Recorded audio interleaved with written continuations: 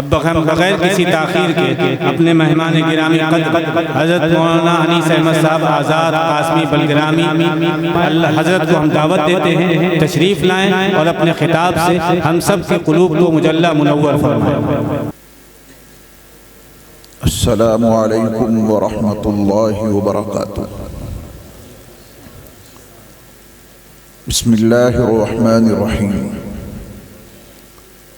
الحمد للہ رب العالمین والصلاة والسلام علی سید المرسلین وعلی آلہ واصحابہ وازواجہ وذریاتہ واہل بیتہ اجمعین، اما بعد فاعوذ باللہ من الشیطان الرجیم، بسم اللہ الرحمن الرحیم۔ وَأَنزَلْنَا إِلَيْكَ الذِّكْرَ لِتُبَيِّنَ لِلنَّاسِ مَا نُزِّلَ إِلَيْهِمْ وَلَعَلَّهُمْ يَتَفَكَّرُونَ۔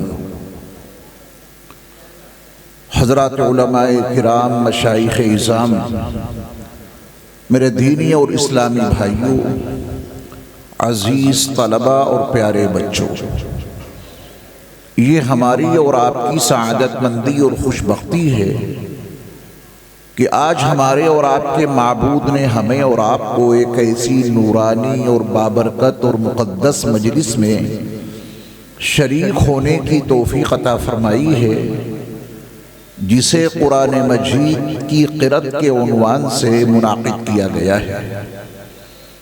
اللہ تعالی ہماری اور آپ کی اس حاضری کو اپنی بارگاہ میں اس عنوان سے قبول فرما لیں کہ اس پورے مجمع میں سے ایک ایک فرد کو مغفرت کی بھیک مل جائے۔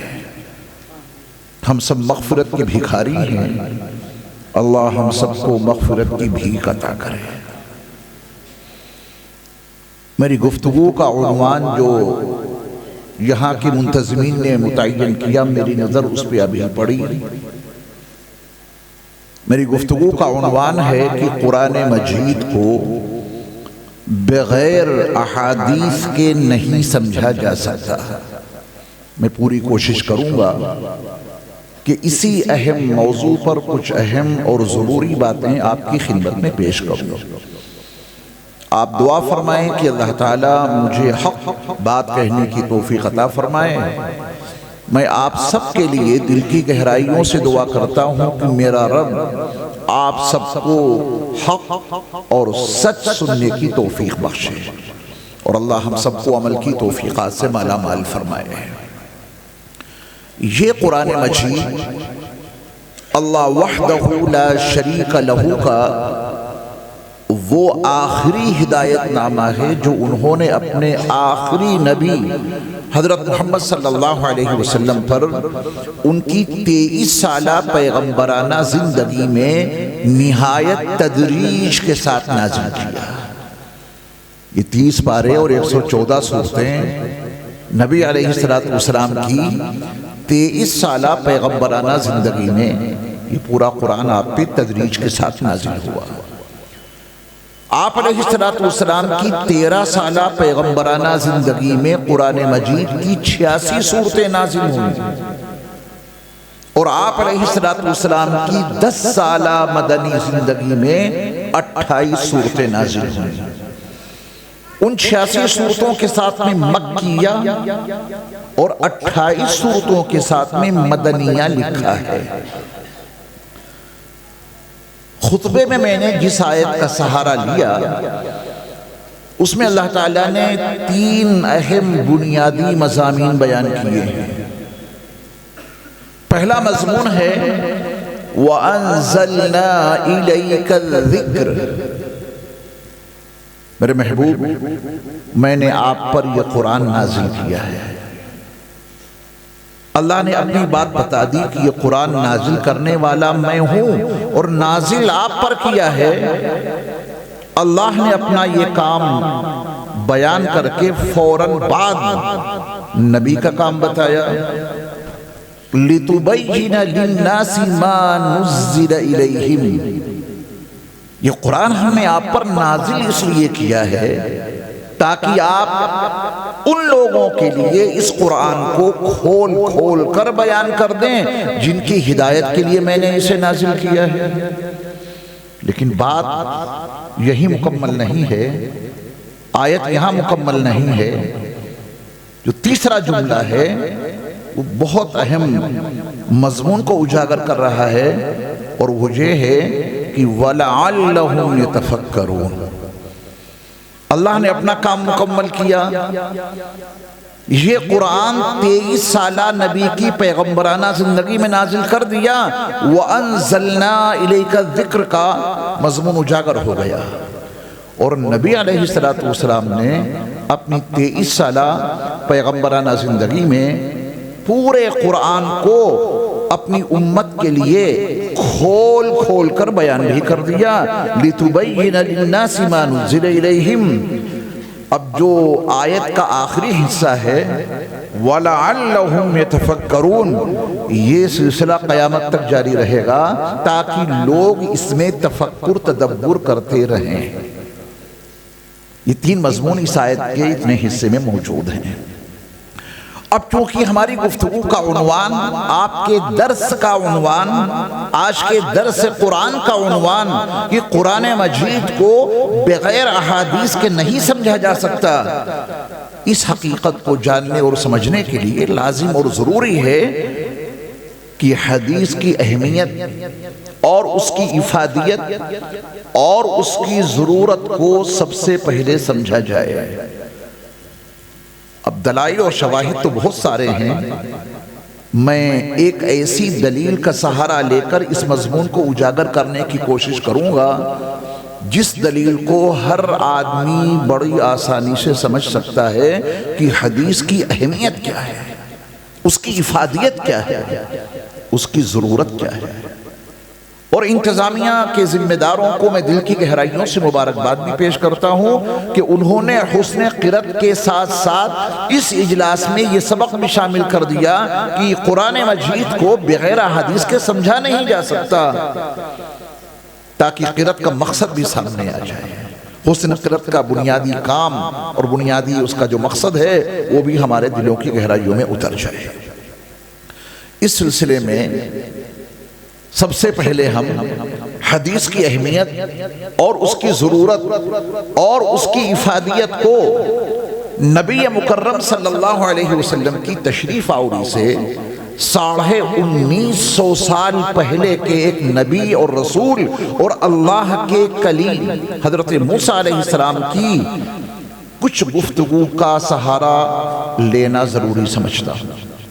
آپ کے علم میں یہ بات ضرور ہوگی کہ مدین میں 10 سال تک حضرت شعیب علیہ السلام کی بکریوں کو چرانے کے بعد جب حضرت موسیٰ علیہ السلام اپنی اہلیہ صفورہ کو لے کر مصر جا رہے تھے، وادی سینا سے ہوتے ہوئے وہاں جو کچھ واقعہ پیش آیا وہ سب کو معلوم ہے۔ آگ دیکھی، وہاں گئے، اللہ تعالیٰ نے آپ سے گفتگو کی، تورات نہیں دی۔ بس یہاں پہ یہ جملہ اپنے ذہن میں ضرور ایڈ کیجئے گا تاکہ حدیث کی اہمیت اجاگر ہو جائے۔ اللہ نے حضرت موسیٰ علیہ السلام کو وادی سینا میں، اس مقدس وادی میں جس کو طویٰ کہتے ہیں، وہ درخت آج بھی موجود ہے جس پہ اللہ نے تجلی کی تھی، جس کے اندر سے موسیٰ علیہ السلام کو آواز سنائی دی تھی۔ سیدنا موسیٰ علیہ السلام سے اللہ نے جتنی گفتگو کی وہ قرآن مجید میں متعدد مقامات پر مذکور ہے، تورات نہیں دی تھی۔ شاید کوئی مہمان تشریف لائے ہیں۔ وعلیکم السلام، ماشاءاللہ، کیسے مزاج ہیں؟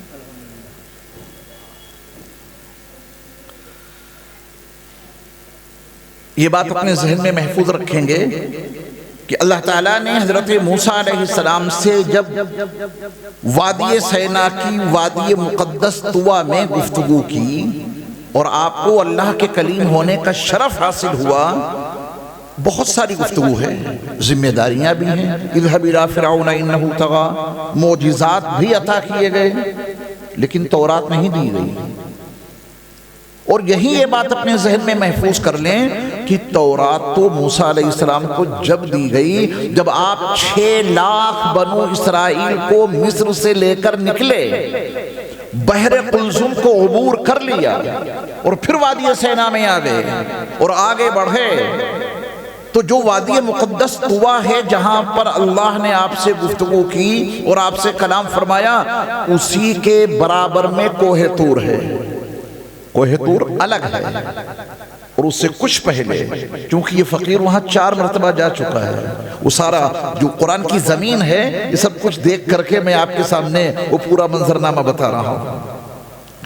تو حضرت موسیٰ علیہ السلام جب پہلی گفتگو کے بعد ان ذمہ داریوں کے ساتھ رب اشرح لی صدری ویسر لی امری واحلل عقدۃ من لسانی یفقہوا قولی واجعل لی وزیرا من اہلی ہارون اخی، یہ ان کی دعائیں ہیں۔ اللہ نے ساری دعائیں قبول کی اور ان کو بھیجا مصر۔ تو آپ نے اپنے بھائی ہارون کو لیا اور فرعون کے دربار میں گئے، وہاں جو کچھ ہوا سب کچھ آپ کے علم میں ہے، کیونکہ قصہ سنانے کا موقع بھی نہیں ہے اور ضرورت بھی نہیں ہے، فی الحال جو ہمارا عنوان ہے اس کے لیے قصہ ضروری نہیں ہے، لیکن یہ ضروری ہے کہ یہ بات ذہنوں میں محفوظ رہے کہ موسیٰ علیہ السلام کو اللہ نے فرعون کے پاس بھیجا بغیر کتاب کے بھیجا، کوئی کتاب نہیں دی، ذمہ داریاں دیں، گفتگو کی، ان کو اپنا رسول بنا لیا، ان کو اپنا کلیم بنا لیا، کلیم ہونے کا شرف تو عطا کیا لیکن کتاب نہیں دی۔ تورات کب دی؟ جب آپ مصر سے ریٹرن ہوئے ہیں 6 لاکھ بنو اسرائیل کو لے کر کے، پھر آپ نے بنو اسرائیل کو روکا، کوہ طور پہ گئے، 30 راتوں کا وعدہ، پھر 10 راتوں کا اضافہ، وہ بہت بات کی بات ہے، حدیث کی اہمیت آپ کو سمجھا رہا ہوں۔ اپنے استاذ محترم حضرت مولانا محمد شفیع صاحب دامت برکاتہم العالیہ کی موجودگی میں پوری ذمہ داری کے ساتھ حضرت موسیٰ علیہ السلام کو بغیر کتاب کے بھیجا، تورات دیے بغیر بھیجا، تو یہ طے ہے کہ موسیٰ علیہ السلام نے جتنی گفتگو فرعون سے کی، نبی بول رہا ہے، کلیم بول رہا ہے، بغیر کتاب کے بول رہا ہے، موسیٰ علیہ السلام نے فرعون کو سمجھانے کے لیے جو کچھ کہا وہ احادیث موسیٰ ہیں، اسے کتاب الہی نہیں کہا جا سکتا، کیونکہ اللہ نے تورات دی ہی نہیں تھی۔ گفتگو کی اور فرعون نے انکار کیا۔ میرا آپ سے ایک سوال ہے، اس فقیر کی اتنی گفتگو سے آپ نے حقیقت سمجھ لی ہوگی کہ فرعون نے تورات کی تکذیب کی، فرعون نے تورات کو جھٹلایا، یا فرعون نے صرف موسیٰ علیہ السلام کی باتوں کو جھٹلایا؟ یہ مجھے بتا دیجیے۔ ماشاءاللہ چھوٹا سا بچہ، اللہ آپ کو خوش رکھے، بہت صحیح جواب دیا انہوں نے۔ فرعون نے جتنی بھی تکذیب کی، فَكَذَّبَ وَعَصَى، آپ پڑھیں آپ پورے فرعون کو قرآن کے حوالے سے، بغاوت، سرکشی، تکذیب، ایذا رسانی، جو کچھ بھی اس نے کیا ہے، اس نے موسیٰ علیہ السلام کی باتوں کو جھٹلایا ہے، تورات کو نہیں جھٹلایا، کیونکہ تورات تھی ہی نہیں۔ ٹھیک ہے، اب یہ بتائیے کہ فرعون کو جو اتنی بڑی سزا دی گئی، بحر قلزم میں اسے غرقاب کر دیا گیا، اس کے لاؤ لشکر کو بھی اللہ نے اس میں غرقاب کیا، اتنی بڑی سزا، اور پھر فَالْيَوْمَ نُنَجِّيكَ بِبَدَنِكَ لِتَكُونَ لِمَنْ خَلْفَكَ آيَةً وَإِنَّ كَثِيرًا مِنَ النَّاسِ عَنْ آيَاتِنَا لَغَافِلُونَ۔ آپ اس آیت کی تفسیر پڑھیں گے تو دنگ رہ جائیں گے۔ اور آج بھی اس کا جسم فرعون کا قاہرہ کے عجائب خانے میں میوزیم میں رکھا ہوا ہے، آپ جا کے دیکھیں اس کو، 1975 میں اس کی پوری تحقیقات ہو گئیں۔ یہ فرعون اللہ کے عذاب میں کیوں ہر گیا؟ کیا اس نے اللہ کی کتاب کو جھٹلایا تھا؟ النار یعرضون علیہا غدوا وعشیا، اتنی سخت سزائیں، جرم کیا تھا اس کا؟ اللہ کی کتاب کے جھٹلانے کا یا حدیث کے جھٹلانے کا؟ بتائیں۔ یہ ہے اہمیت حدیث کی، یہ ہے ضرورت حدیث کی، یہ ہے افادیت حدیث کی۔ حدیث کے جھٹلانے والا حدیث کا جھٹلانے والا اللہ کے عذاب کا صرف مستحق ہی نہیں ٹھہرا، بلکہ میرے رب نے اس کو اس دنیا میں وہ سزا دی کہ فَالْيَوْمَ نُنَجِّيكَ بِبَدَنِكَ لِتَكُونَ لِمَنْ خَلْفَكَ آیَةً۔ اگر میں اس آیت کی تفسیر عصر حاضر کی جدید تحقیقات کے مطابق کروں تو بہت ٹائم لگے گا، لیکن اتنی بات یاد رکھیے گا کہ اللہ نے فرعون کے جسم کو محفوظ اس لیے کر دیا کہ بعد والے اسے دیکھیں اور عبرت حاصل کریں۔ بعد والوں کے لیے اللہ نے اس کو نشانی بنا دیا۔ ان نشانیوں میں سے ایک فقیر عرض کرتا ہے، بہت ساری نشانیاں ہیں اس کی اس وجود میں، ایک نشانی یہ ایڈ کر دیجئے کہ اللہ نے اس کے وجود کو بعد والے انسانوں کے لیے نشانی بنا دیا کہ اس کو دیکھتے رہنا، اور یہ بھی یاد بھی کا لفظ جوڑیے گا، یہ بھی یاد کرتے رہنا کہ حدیث کے انکار کرنے والوں کا حشر کیا ہوتا ہے۔ ٹھیک ہے نا؟ اور بہت ساری وجوہات ہیں، لیکن اس میں یہ بھی شامل رکھنا کہ اللہ کی کتاب کا انکار تو بہت بڑا جرم ہے ہی۔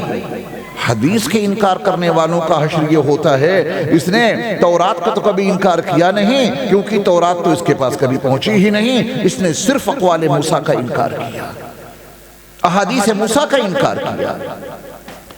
اب آپ غور کریں کہ وہ موسیٰ علیہ السلام جنہوں نے میرے مصطفیٰ کی امت میں داخل ہونے کی دعا اور تمنا کی ہو، جب اس کلیم کی حدیثوں کے انکار کرنے والوں کا اللہ نے یہ حشر کیا ہے، تو وہ رسول جن کے صدقے میں رسولوں کو رسالت ملی اور جن کے طفیل نبیوں کو نبوت ملی، جن کا مقام و مرتبہ یہ تھا کہ قبضہ تیری پرچھائی کا، بینائی پر ادراک پر، پیروں کی جنبش خاک پر اور آہٹیں افلاک پر، گرد سفر تاروں کی زو، مرکب براقے تیز رو، سائیں جبریل امین یا رحمت للعالمین۔ اس عظیم رسول کی حدیث کا انکار کرنے والوں کا کیا حشر ہوگا؟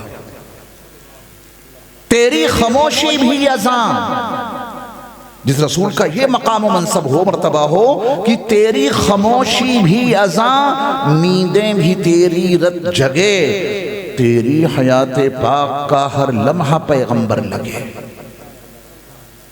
حضرت موسیٰ علیہ السلام کی پرورش فرعون کے دربار میں ہو رہی تھی، جوان ہو گئے، دھوکے میں قتل بھی ہو گیا، ان کے بچپن کی کوئی چیز نبوت اور رسالت کی ترجمانی نہیں کر رہی تھی، اور نبی علیہ السلام کی وہ 40 سالہ زندگی جو قرآن کے نازل کرنے سے پہلے آپ نے مکے میں گزاری، ذرا قرآن کے حوالے سے پڑھیں اس 40 سالہ زندگی کو اللہ نے کیسے معیار بنایا ہے۔ اللہ نے فرمایا کہ میرے محبوب نبی آپ ان کو بتائیے، فَقَدْ لَبِثْتُ فِيكُمْ عُمُرًا مِّن قَبْلِ، رسالت کا دعویٰ تو میں نے آج کیا ہے۔ کہاں دیکھ رہے ہو بیٹا؟ دیکھیے درس ہے، آپ کا کلاس ہے یہ، آپ اس میں اگر یہاں وہاں دیکھیں گے تو سارا مضمون بکھر جائے گا۔ کبھی کسی جلسے میں بیٹھیں یہ سمجھ کے کہ یہ ہماری کلاس روم ہے، یہاں بچے پڑھتے ہوں گے، اس مدرسے میں پڑھتے ہیں، ان بچوں کی کلاس روز لگتی ہے، روزانہ۔ آپ کی کلاس سال میں ایک مرتبہ لگتی ہے، تو اپنی کلاس میں سکون سے بیٹھیں، باتوں کو پوری توجہ سے سنیے گا،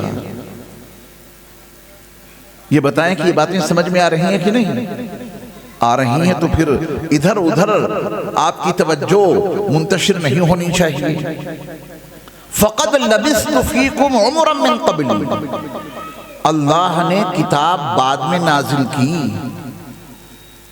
صاحب کتاب کو کتاب کے نازل کرنے سے 40 سال پہلے بھیجا۔ وجہ کیونکہ اس کتاب کو ان کے بغیر سمجھا ہی نہیں جا سکتا۔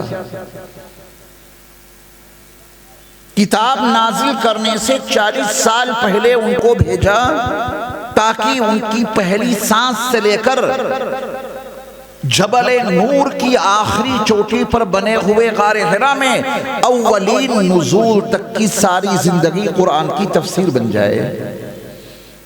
ابن اسحاق سے پوچھو حلیمہ سعدیہ کا بیان لو ان سے کہ حلیمہ تم نے نہ جانے کتنے بچوں کو دودھ پلایا، لیکن جب تم نے عبداللہ کے در یتیم اور آمنہ کے لخت جگر اور عبد المطلب کے پوتے اور ابو طالب کے بھتیجے کو دودھ پلایا، تو ذرا دودھ پلانے کا کوئی واقعہ سنا دو ہمیں۔ ابن اسحاق نے نقل کیا ہے اس کو، تو حلیمہ سعدیہ کا بیان سنیے تو یہ بات سمجھ میں آ جائے گی کہ تیری حیات پاک کا ہر لمحہ پیغمبر لگنے والی بات ہے نہیں، لیکن لگ رہا ہے۔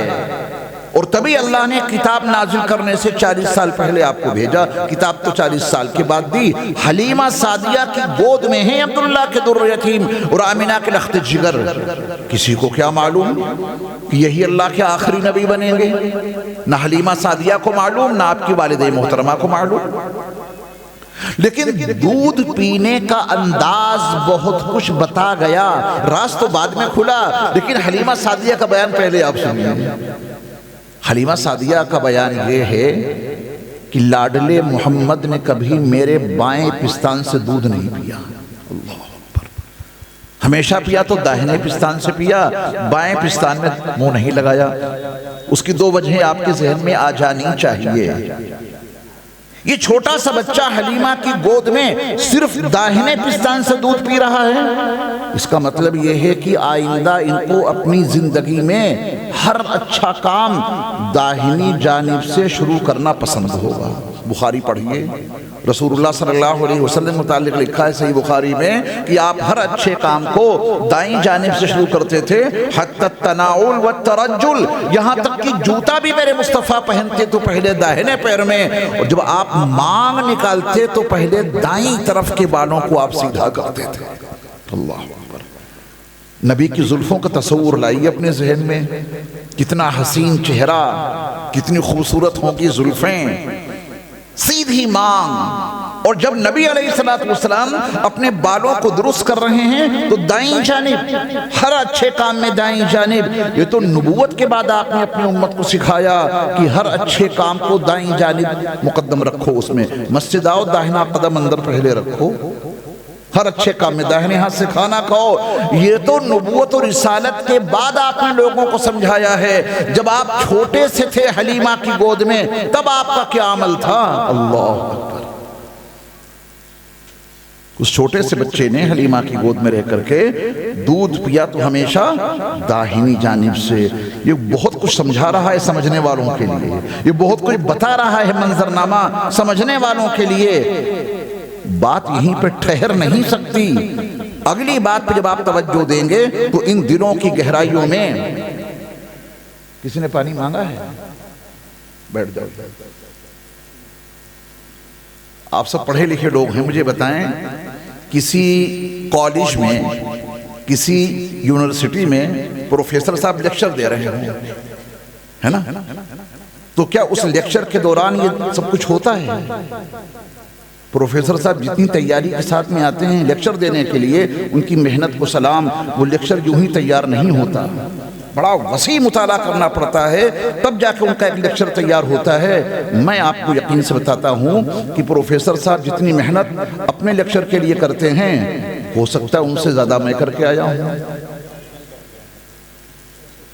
پھر آپ پانی کا دور بغیر مانگے، حق تو میرا تھا کہ صاحب میں صبح کا چلا ہوا ہوں، شام کو آپ کے ہاں پہنچا، بول رہا ہوں پانی مجھے چاہیے، اگر مانگو تو دے دیجیے۔ یہ سب ہمارے جلسوں کی بدعتیں ہیں جو ہم لوگوں نے ایجاد کر دی ہیں زبردستی۔ ان بدعتوں سے اپنے جلسوں کو پاک رکھو تو انشاءاللہ یہی جلسے ہمارے اور آپ کے دل کی دنیا کو بدل کے رکھ دیں گے۔ ہم شریک ہوتے ہیں جلسوں میں، بدلتے کیوں نہیں؟ کوئی تبدیلی رونما نہیں دکھائی دیتی ہے، جیسے آئے ویسے چلے گئے، بدلیں کیسے ان حرکتوں کے ساتھ میں۔ پانی ضرور پلانا جب کوئی مانگے، اور انشاءاللہ کوئی نہیں مانگے گا کیونکہ ان کی روحانی پیاس قرآن و حدیث کے ذکر سے پوری ہو رہی ہے نا؟ اتنے اہم ذکر میں، اتنے اہم کلام جب قرآن و حدیث کے متعلق کیا جا رہا ہو تو پیاس کا تو احساس نہیں ہونا چاہیے۔ موسم بھی بڑا اچھا ہے ماشاءاللہ۔ ان بوتلوں کی تقسیم سے کسی مقرر کا ذہن منتشر ہوتا ہو یا نہ ہوتا ہو میں تو ٹینشن میں آ جاتا ہوں، پھر میں بول ہی نہیں پاتا ہوں۔ یاد رکھیں گے یہ بات؟ چلیے برا مت ماننا، میں نے آپ کو اپنا سمجھ کر کہہ دیا، آپ سب میرے ہیں۔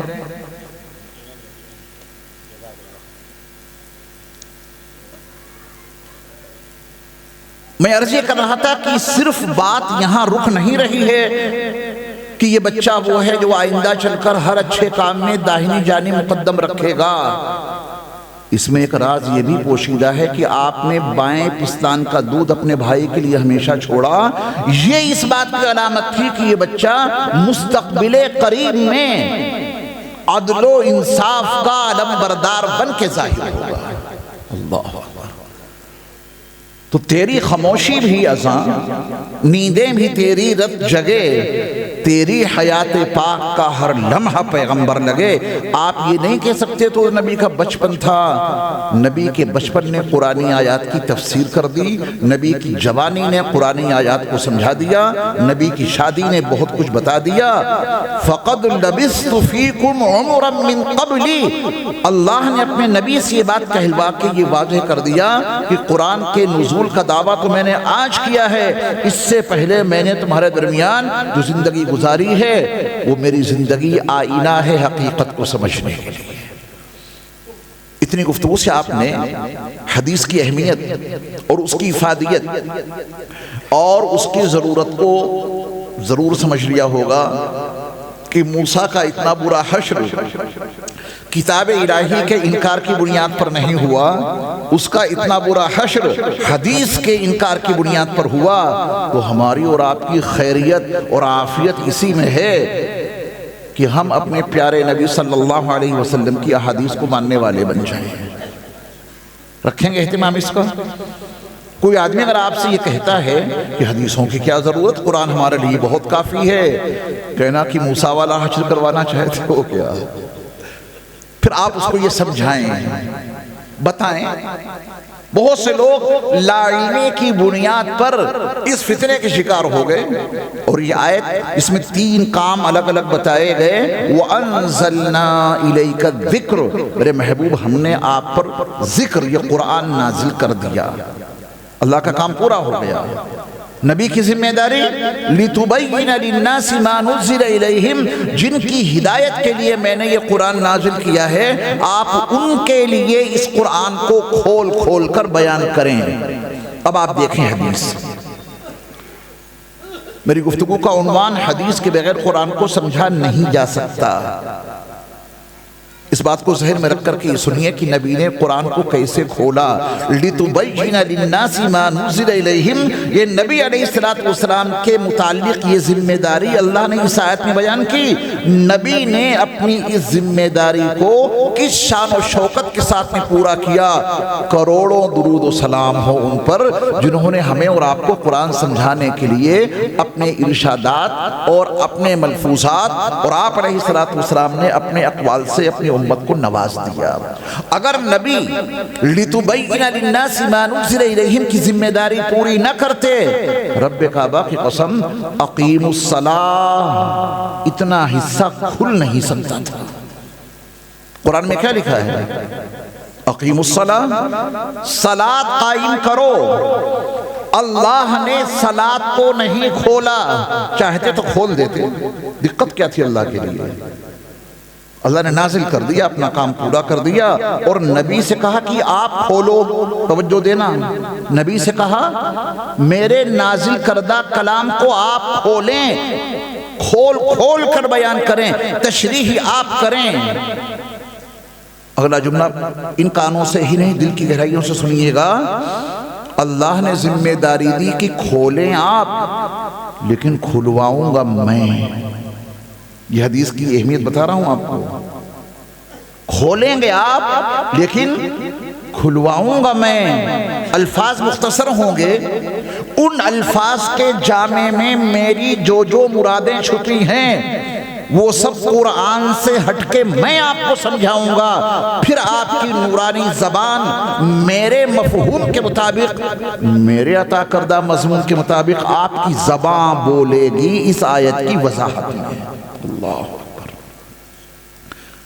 بات یہ واضح ہو گئی کہ یہ قرآن کے الفاظ اللہ نے نازل کیے وحی مطلوع کے عنوان سے، اور اللہ نے قلب مصطفیٰ پر الفاظ کے جامع میں چھپی ہوئی مرادوں کو کھولا۔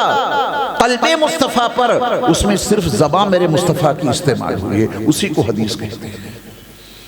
اور یہ میں نے نہیں کہا، یہ سب قرآن میں لکھا ہے۔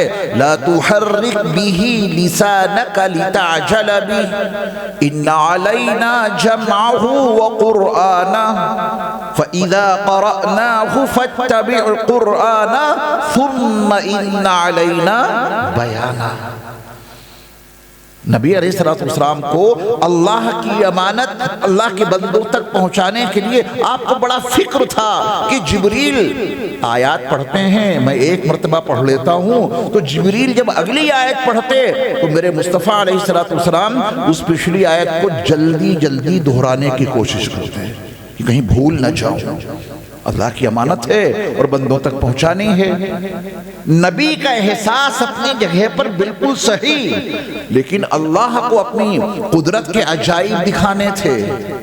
یہ اتنے طلبہ مجھے نظر آ رہے ہیں، کیا ان میں سے کوئی طالب علم ایسا ہے جو یہ بتائے کہ میرے استاد نے مجھے سبق یاد کرنے سے منع کر دیا، بس یہ کہتے ہیں کہ شام کو ایک مرتبہ ایک رکوع کہلوا دوں گا، بس آئندہ تو اسے یاد نہیں کرے گا، رٹے گا نہیں، نہ فجر مغرب بعد، نہ عشاء بعد، نہ فجر سے پہلے، نہ فجر کے بعد کھول کے نہیں دے سکتا، ایک مرتبہ کہلوا دیا بس کافی ہے۔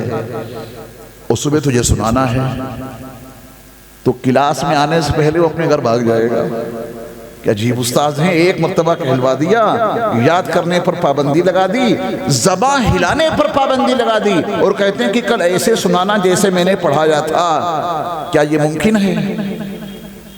اللہ نے عجوبہ یہ دکھایا تاکہ لوگوں کو یہ معلوم ہو جائے کہ دنیا کے تمام انسانوں کو انسان پڑھاتے ہیں، رحمت للعالمین کو کسی انسان نے نہیں پڑھایا، جبریل نے نہیں پڑھایا، ان کو پڑھایا ہے رب العالمین نے۔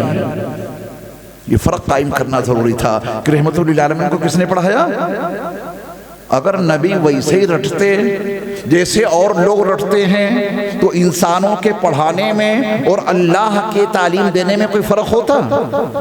اللہ نے فرق واضح کر دیا کہ دنیا کے لوگ جب کبھی کوئی علم حاصل کریں گے اسے رٹیں گے، یاد کریں گے، پھر بڑی مشکل سے یاد ہوگا اور بعد میں پھر بھول جائیں گے۔ مشاعروں میں گئے ہیں کبھی آپ؟ کسی مشاعرے میں شرکت کی ہے؟ دیکھیے یہ ہماری اور آپ کی گفتگو چل رہی جیسے کلاس میں چلتی ہے، یا شعلہ بیان مقرر آپ کو زیادہ پسند ہے؟ آپ بتائیں، مشاعروں میں شریک ہوئے ہیں نا کبھی؟ آپ نے بہت سارے شعراء کو دیکھا ہوگا کہ کلام شروع کیا، ایک دو شعر پڑھے، پھر وہ کاغذ یا ڈائری نکالتے ہیں اور چشمہ بھی لگا لیتے ہیں۔ بھئی کلام آپ کا ہے، شعر آپ نے تخلیق کیا ہے، آپ کو کیا ضرورت ہے ڈائری نکالنے کی؟ آپ کا کلام ہے نا، اپنا لکھا ہوا کلام نہیں یاد رہا، کاغذ نکالا، ڈائری نکالی، چشمہ لگایا، اب دیکھ دیکھ کے پڑھ رہے ہیں۔ یہی تو انسانی کمزوری ہے۔ رب کعبہ کی قسم میرے مصطفیٰ کبھی زندگی میں کوئی آیت بھولے ہی نہیں۔ اور پابندی کتنی بڑی، لا تحرک به لسانک لتعجل به، بس ایک مرتبہ میرے محبوب آپ پڑھیں گے، جبریل پڑھائیں تو ایک مرتبہ پڑھ لینا، اس کے بعد دوبارہ زبان ہلانے کی کوئی ضرورت نہیں ہے۔ کیوں؟ ان علینا جمع، اس پورے قرآن کو آپ کے سینے میں جمع کر دینا یہ ہماری ذمہ داری ہے۔ اللہ نے یہ ذمہ داری نبی کے سر رکھی ہی نہیں۔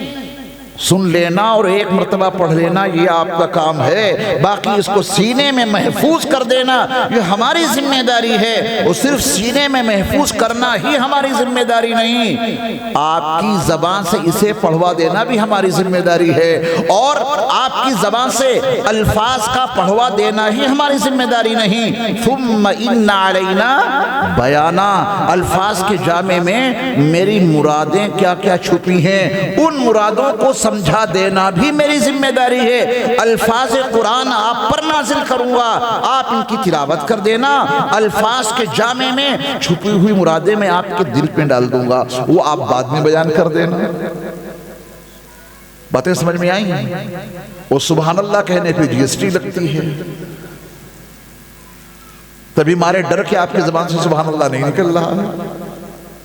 ادھر آپ کی زبان سے سبحان اللہ نکلا اور ادھر آپ کے معبود نے آپ کے لیے جنت میں درخت لگا دیا. قرآن سنتے جاؤ، سبحان اللہ کہتے جاؤ، دونوں فائدے ہوتے رہیں گے انشاءاللہ.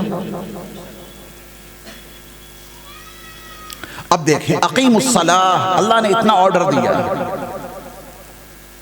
اولئک علی ھدی من ربہم واولئک ھم المفلحون. جس طبقے کے لیے اللہ نے فرمایا کہ اپنے رب کی جانب سے یہ طبقہ ہدایت پر ہے اور یہی طبقہ کامیاب ہونے والا ہے، اس طبقے کے تعارف میں دوسرا جملہ ہے وَيُقِيمُونَ الصَّلَاةَ، اور نماز قائم کرتے ہیں. اقیم الصلاۃ، نماز قائم کرو. یہ طبقہ اٹھا، غیب پر ایمان لا کے نماز قائم کرنی اس نے شروع کر دی. میرا سوال ہے جواب آپ دیں گے. ان اولین مخاطبین مصطفیٰ نے، نبی مکرم صلی اللہ علیہ وسلم کے اولین مخاطبین نے اقیم الصلاۃ کا لفظ پڑھ کر سن کر غسل سیکھ لیا تھا، جس کے بغیر نماز نہیں ہوگی. عربی داں طبقہ ہے. میرے مصطفیٰ کے جو اولین مخاطبین ہیں انہوں نے اقیم الصلاۃ پڑھ کر اور سن کر وضو سیکھ لیا تھا، جس کے بغیر نماز نہیں ہوگی. انہوں نے اقیم الصلاۃ سے اذان سیکھ لی تھی. انہوں نے اقیم الصلاۃ کو سن کر نماز کا قیام، رکوع، سجدہ، قعدہ، قومہ، سلام، اذکار، تلاوت، یہ سب کچھ اقیم الصلاۃ سے انہوں نے سیکھ لیا تھا یا نبی کے کھولنے پر وہ سب کچھ سیکھا انہوں نے؟ مجھے بتائیے، بولیے. نبی کے سکھانے پر، ورنہ اقیم الصلاۃ میں کوئی مضمون تھوڑا نہ شامل ہے. نبی نے اس کو اقیم الصلاۃ کو کھولا ہے. ان پر کروڑوں درود و سلام ہو. ہمیں جو جتنا نظام عبادت ملا ہے، رب کعبہ کی قسم، نظام عبادت اور طریقہ عبادت صرف بارگاہ مصطفیٰ سے ملا ہے، کوئی اور دے ہی نہیں سکتا. کیونکہ قرآن میں جتنے الفاظ ہیں لِتُبَيِّنَ لِلنَّاسِ مَا نُزِّلَ إِلَيْهِمْ کے تحت ہمارے نبی نے اسے کھولا تو ہمیں اور آپ کو کچھ طریقہ مل گیا. ورنہ کیا ہوتا ناپاکی کی حالت میں اللہ اکبر، میاں اللہ اکبر کیوں کہتے ہیں؟ یہ کس نے بتایا؟ یہ تو اقیم الصلاۃ میں نہیں لکھا ہے. آپ ہاتھ کیوں باندھتے، رکوع کیوں کرتے، سجدہ کیوں کرتے؟ نبی نے ایسے کھولا ہے قرآن. ان کا احسان ہے نا. اگر وہ نہ کھولتے تو قیامت کی صبح تک اقیم الصلاۃ کا مفہوم نہیں سمجھ پاتے. نبی نے کیسے کھولا؟ کیونکہ تمثیل سے تفہیم میں تسہیل ہوتی ہے. میں آپ کو روز مرہ کے معمولات میں نبی نے کیسے کھولا ہے قرآن کو وہ میں آپ کو سمجھائے دیتا ہوں. انشاءاللہ بڑی آسانی سے بات سمجھ میں آ جائے گی. دیکھیے یہ عنوان خالص علمی ہے. یہ درسگاہوں کا عنوان ہے جو مجھے آج دیا گیا، لیکن میں پوری کوشش کر رہا ہوں کہ درسگاہ کا وہ علمی سبق آپ کی زبان میں، نہایت آسان زبان میں آپ کو سمجھا دوں. اور مجھے محسوس بھی ہو رہا ہے، میرا وجدان کہہ رہا ہے کہ آپ سب الحمدللہ چھوٹے بڑے سب سمجھ رہے ہیں. اتنی آسان زبان میں آپ کو سبق سمجھا رہا ہوں. آپ دیکھیں نبی نے کیسے کھولا. قرآن مجید کے 6 پارے میں سورۃ المائدہ میں اللہ نے اپنے ایمان والے بندوں کو ایک حکم دیا، وہ روزانہ کے لیے متعلق ہے وہ حکم. پھر دیکھنا نبی نے اس کو کیسے کھولا. اللہ کا حکم ہے اہل ایمان کے لیے، یا ایھا الذین آمنوا اذا قمتم الى الصلاۃ فاغسلوا وجوہکم وایدیکم الى المرافق وامسحوا برؤوسکم وارجلکم الى الکعبین. اللہ نے حکم دیا ایمان والو، جب تم نماز کا ارادہ کرو، بریکٹ تمہارا وضو نہیں ہے، ٹھیک، تو کیا کرنا ہے تمہیں 4 کام کرنے، زیادہ نہیں. نماز ادا کرنی ہے اور آپ کا وضو نہیں ہے تو قرآن میں کتنے کام بتائے گئے؟ 4. چہرہ دھو، دونوں ہاتھ کوہنیوں سمیت، سروں کا مسح، دونوں پیر ٹخنوں سمیت. یہ ہے قرآن. اور قرآن کو بغیر حدیث کے سمجھا نہیں جا سکتا، یہ عنوان ہے آپ کا۔ اب مجھے کانپور کے لوگ اور طلاق محل کے باشندے اور جتنے ہمارے اساتذہ نہیں، علماء نہیں، آپ میرے مخاطب ہیں، یہ بتانا کبھی زندگی میں آپ نے ایسا بھی وضو کیا جیسا چھٹے پارے میں سورہ مائدہ میں لکھا ہے اللہ کا حکم؟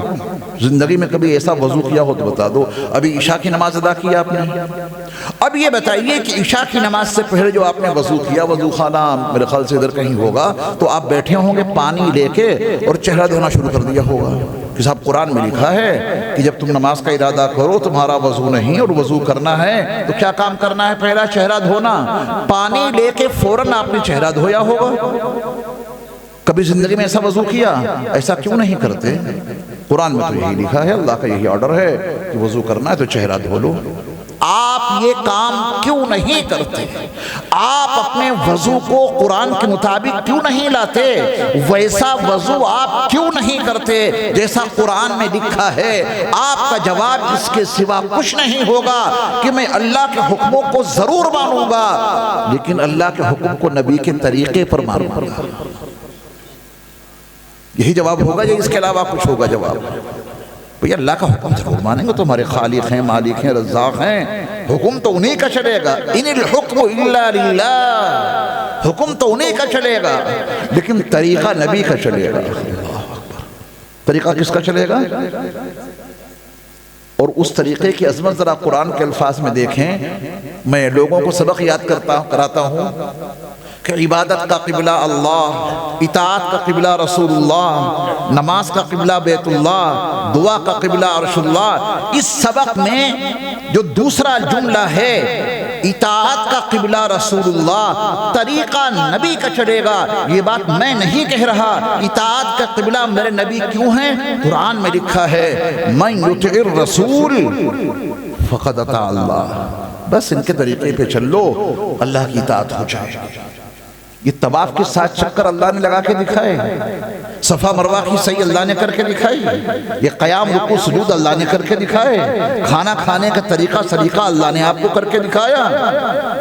آرڈر ان کا چلے گا، حکم ان کا پورا کیا جائے گا، لیکن ان کا حکم ہمیں پورا کرنا ہے نبی کے طریقے پر، کیونکہ قرآن میں یہ لکھا ہے وَأَنزَلْنَا إِلَيْكَ الذِّكْرَ لِتُبَيِّنَ لِلنَّاسِ مَا نُزِّلَ إِلَيْهِمْ۔ بات واضح ہوئی؟ تو قرآن میں لکھا ہے کہ چہرہ دھو کر وضو کا عمل شروع کرو۔ وضو کہاں سے شروع ہوگا؟ پہلے چہرہ دھو کر۔ کبھی کیا آپ نے ایسا وضو؟ آپ کیا کرتے ہیں بتائیے؟ آپ یہ کرتے ہیں کہ سب سے پہلے دونوں ہاتھ بولیے گٹوں تک دھوتے ہیں۔ میاں ہاتھی دھونے تھے تو پہلی فرصت میں کوہنیوں تک فارغ کر دیتے۔ علماء موجود ہیں، اگر آپ پہلے پیر دھو لیں اور بعد میں ہاتھ دھوئیں، آخر میں چہرہ پھر مسا، وضو آپ کا ہو جائے گا۔ جو کام اللہ نے بتائے چاروں کام آپ نے پورے کر دیا، آگے پیچھے کیا فرق پڑتا ہے اس سے؟ چاروں کام پورے کر دیں۔ جب ہاتھی دھونے تھے میاں پورا کام پورا کر دیتے پہلی فرصت میں کوہنیوں تک، لیکن نہیں، مجال ہے جو ان گٹوں سے آگے آپ دھو لیں۔ یہ سمجھ آپ کو کہاں سے مل گئی؟ قرآن میں لکھا ہے فَغْسِلُوا وُجُوهَكُمْ، اور آپ ہاتھ دھو رہے ہیں۔ یہ گٹوں تک ہاتھ دھونا کیا قرآن میں لکھا ہے؟ کہیں اللہ نے حکم دیا، لیکن کرتے آپ ضرور ہیں۔ اور ہاتھ دھونے کے بعد اب بھی آپ چہرہ دھونے کے لیے تیار نہیں، صاحب کلی کر رہے ہیں۔ مضمضہ یہ کہیں لکھا ہے قرآن میں کہ صاحب وضو کرنا ہے کوئی نماز کے لیے تو کلی کرو؟ کہیں لکھا ہو تو آپ بتا دیجئے۔ اس کے بعد آپ استنشاق، پانی لے کے ناک میں پانی چڑھا رہے ہیں، یہ کیا عمل ہے آپ کا؟ کیوں کر رہے ہیں یہ؟ کیونکہ آپ کی سمجھ میں حقیقت آ چکی ہے، الفاظ الہی کو طریقہ مصطفی کے بغیر سمجھا ہی نہیں جا سکتا، کیونکہ انہوں نے کہا ہے ان علینا بیانا فاغسلوا وجوہکم میں میرے رب کا کیا ارادہ پوشیدہ ہے وہ اللہ نے اپنے نبی کو بتایا۔ نبی نے کہا کہ چہرہ بعد میں دھونا، پہلے دونوں ہاتھ گٹوں تک دھو۔ نبی نے کہا کہ چہرہ بعد میں دھونا، میں اسے کھول رہا ہوں، فَغْسِلُوا وُجُوهَكُمْ کو میرے مصطفیٰ نے کھولا، لِتُبَيِّنَ لِلنَّاسِ مَا نُزِّلَ إِلَيْهِمْ کی ذمہ داری آپ کے سر تھی۔ کہا کہ کلی کرو، ناک میں پانی چڑھاؤ۔ نبی نے ایسے کھولا ہے فَغْسِلُوا وُجُوهَكُمْ کو۔ اب آپ کے ذہن میں ایک سوال آنا چاہیے، اگر نہیں آیا تو میں اس کا تذکرہ کیے دیتا ہوں کہ اللہ نے حکم دیا چہرہ دھو کر اپنے وضو کا عمل شروع کرو، پہلا عمل یہ ہے، اور آپ نبی کی سنت کے مطابق یہ 3 کام کر رہے ہیں۔ نبی نے وضو کو کھولا، نبی نے فَغْسِلُوا وُجُوهَكُمْ کو لِتُبَيِّنَ لِلنَّاسِ مَا نُزِّلَ إِلَيْهِمْ کی ذمہ داری کی بنیاد پر جب آپ نے اسے کھولا تو کیسے؟ گھٹوں تک ہاتھ، پھر کلی، پھر ناک میں پانی، ایسا کیوں؟ دیکھیے ہر وضو سے پانی نہیں، ہر پانی سے وضو نہیں ہوتا، یا ہو جائے گا جیسا بھی پانی ہو، ہر پانی سے وضو نہیں ہوتا، اسی پانی سے وضو ہوگا جس کا رنگ صحیح ہو، اسی پانی سے وضو ہوگا جس کا ذائقہ صحیح ہو، اسی پانی سے وضو ہوگا جس کی بو صحیح ہو۔ آپ پانی میں چینی گھول دیجئے، کیا بن گیا؟ شربت، کیا اس سے وضو ہو جائے گا؟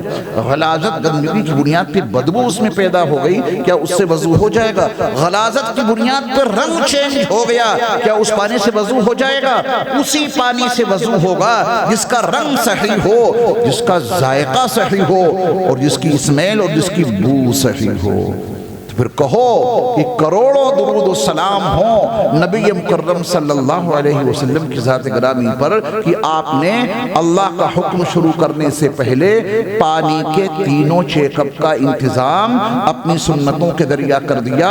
جب ہاتھ گھٹوں تک دھو گے تو پانی کا رنگ ضرور دکھے گا، اور کلی کرو گے تو ذائقہ معلوم ہو ہی جائے گا، اور جب ناک میں پانی چڑھاؤ گے تو اس کی اسمیل اور بو معلوم ہو ہی جائے گی۔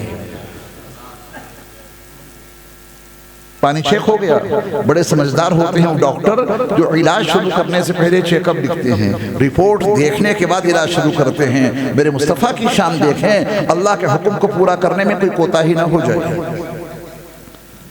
اللہ کا حکم پورا ہو علی وجہ الکمال، کوئی کوتاہی نہ ہو، اور کوتاہی ایسے نہیں ہوگی۔ پہلے پانی کی تینوں صفات کو چیک کر لو، رنگ صحیح ہے، ذائقہ صحیح ہے، بو صحیح ہے، اب اللہ کا حکم اطمینان سے پورا کرو۔ کہیں ایسا نہ ہو کہ الٹے سیدھے پانی سے وضو کر کے تم نماز پڑھو، پھر مفتی صاحب حکم دیں کہ آپ کی ٹنکی میں بلی گر گئی تھی، کتنی پھولی کتنی پھٹی، اتنے دنوں کی نماز آپ پھر سے لوٹائیے۔ مسائل پوچھنے پڑتے ہیں نا۔ نبی علیہ السلام نے ایسے کھولا ہے قرآن کو، تو یہ ایک ذہن بنائیے کہ نبی علیہ السلام کی تعلیمات کے بغیر اور آپ علیہ السلام کی احادیث مبارکہ کے بغیر قرآن کو سمجھا ہی نہیں جا سکتا۔ وَآتُوا الزَّکَاۃَ، مطلب ایک ذہن بنا دیا میں نے آپ کا، اب آپ اس پر ہر چیز فٹ کر سکتے ہیں۔ اللہ کا ہر حکم آپ اس کے تناظر میں دیکھ سکتے ہیں۔ اب ایک راز کی بات سنیے، بہت توجہ سے سنیے گا کہ اللہ نے اپنے نبی سے کہا لِتُبَيِّنَ لِلنَّاسِ مَا نُزِّلَ إِلَيْهِمْ، تو کیا نبی علیہ السلام نے ہر آیت کو کھولا ہے؟ بہت اہم بات اور بہت اہم نقطہ بتانے جا رہا ہوں، اس کو پوری توجہ سے سنیں گے تو حدیث کی اہمیت اور اس کی افادیت اور وَلَعَلَّهُمْ يَتَفَكَّرُونَ کا مضمون بھی آپ کی سمجھ میں آ جائے گا۔ کم سے کم آج کے درس میں یہی آیت سمجھ کے اٹھئے، وَأَنزَلْنَا إِلَيْكَ الذِّكْرَ لِتُبَيِّنَ لِلنَّاسِ مَا نُزِّلَ إِلَيْهِمْ، آخر جملہ کیا ہے؟ وَلَعَلَّهُمْ يَتَفَكَّرُونَ۔ اب اس پہ دھیان دیں گے تو آپ کو پتا چلے گا کہ اگر نبی علیہ السلام ہر آیت کو کھول دیتے تو لَعَلَّهُمْ يَتَفَكَّرُونَ کا دروازہ ہی بند ہو جاتا۔ دھیان دے رہے ہیں آپ؟ ہمارے استاد محترم تائید کر رہے ہیں کہ تو سچ کہہ رہا ہے۔ اگر ہر آیت کا مضمون نبی کھول دیتے تو ہماری اور آپ کی کوئی ذمہ داری بھی نہیں بچتی، کام ہی نہیں بچتا۔ وَلَعَلَّهُمْ يَتَفَكَّرُونَ، تاکہ یہ لوگ بھی اس میں تفکر اور تدبر کریں۔ کیا تفکر تدبر اس میں ہمارے اور آپ کے لیے جائز ہوگا؟ جس کو نبی کلیئر کر گئے ہوں، نبی کلیئر کر گئے، تمہیں وہ کام کرنا ہے، ہاتھ دھونے ہیں۔ فلسفہ تو آج آپ کو معلوم ہوا، فلسفہ معلوم ہو یا نہ معلوم ہو، سنت نبوی کی پیروی میں نجاح اور فلاح ہے۔ بھئی کام کرتے رہو، فلسفہ نہیں معلوم ہے کوئی حرج نہیں، اللہ اپنے نبی کی سنتوں کا آپ کو ثواب دیتا رہے گا۔ فلسفہ میں نے بتا دیا تو محبت اور زیادہ بڑھ گئی، کام تو کر رہے ہیں نا برابر۔ اللہ کے نبی صلی اللہ علیہ وسلم نے ہر آیت کو نہیں کھولا۔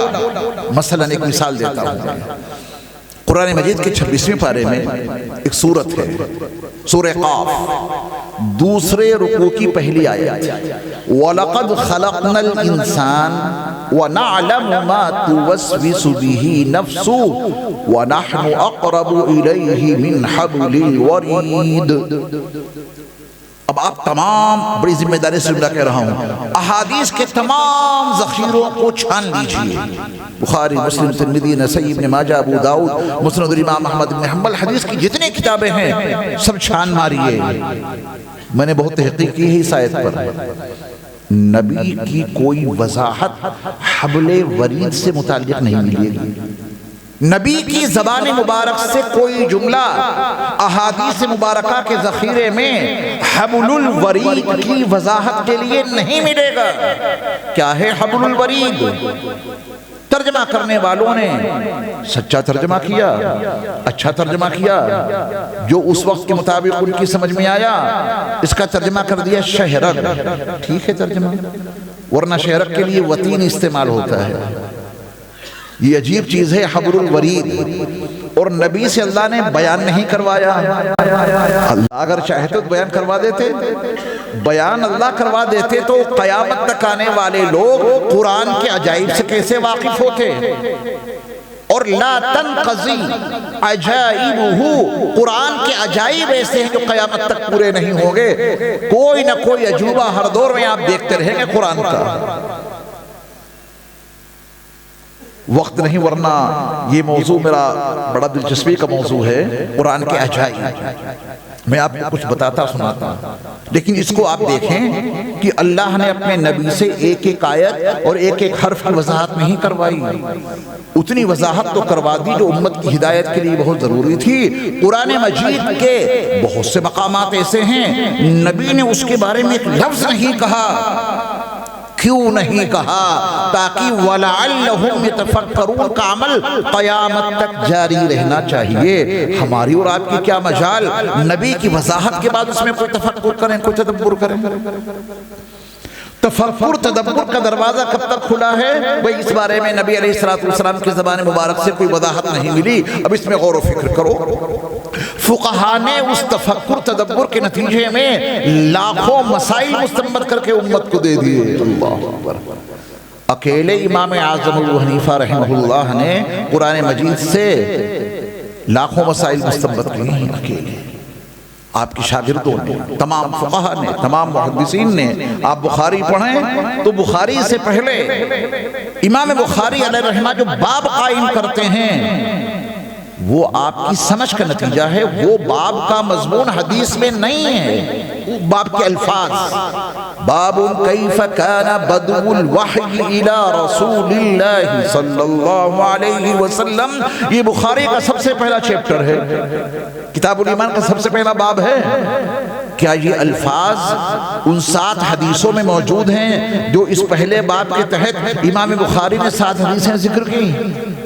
باب کیف کان بدء الوحی الی رسول، محدثین کو تشریح میں کہنا پڑا کہ یہاں بدء الوحی سے مراد وحی کا آغاز نہیں، بلکہ بدء یہاں حالات کے مفہوم میں مستعمل ہے، کیونکہ 7 حدیثوں میں وحی کے آغاز کا ہی تذکرہ نہیں ہے، وحی کے احوال کا بھی تذکرہ ہے، اس لیے بدء یہاں حالات کو بیان کرنے کے معنی میں استعمال ہوا۔ تو امام بخاری کے جتنے بھی ابواب ہیں بخاری شریف میں، وہ ابواب ان الفاظ میں آپ کو حدیثوں میں اندر نہیں ملیں گے، یہ ان کی اپنی فہم ہے، یہ تفکر کا نتیجہ ہے، یہ ان کے تدبر کا نتیجہ ہے جو آپ نے ابواب قائم کر دی۔ امام مسلم علیہ الرحمہ نے کوئی باب ہی نہیں قائم کیا، اپنے استاذ کی مخالفت کر دی، حدیثوں کو خوب جمع کیا، لیکن امام مسلم نے مسلم کا کوئی باب نہیں قائم کیا، وہ تو بہت بعد میں مسلم کے اشارے امام نووی علیہ الرحمہ نے ابواب قائم کیے ہیں۔ تو ابواب تفکر کا نتیجہ ہے، تدبر کا نتیجہ ہے۔ ایسے ہی ہر آیت کا مفہوم، اس کا مضمون نبی علیہ السلام نے اپنی زبان سے کیوں نہیں بیان کیا؟